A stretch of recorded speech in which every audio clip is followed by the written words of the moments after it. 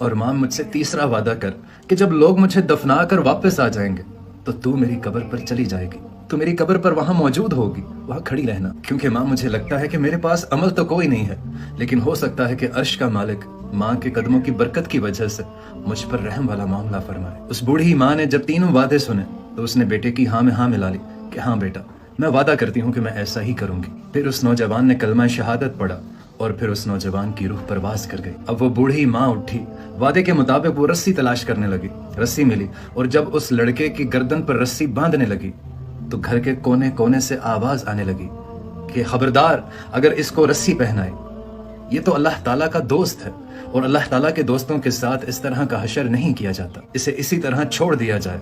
और आवाज आई कि तुम्हें और कुछ करने की जरूरत नहीं है, ये तो अल्लाह ताला का दोस्त है।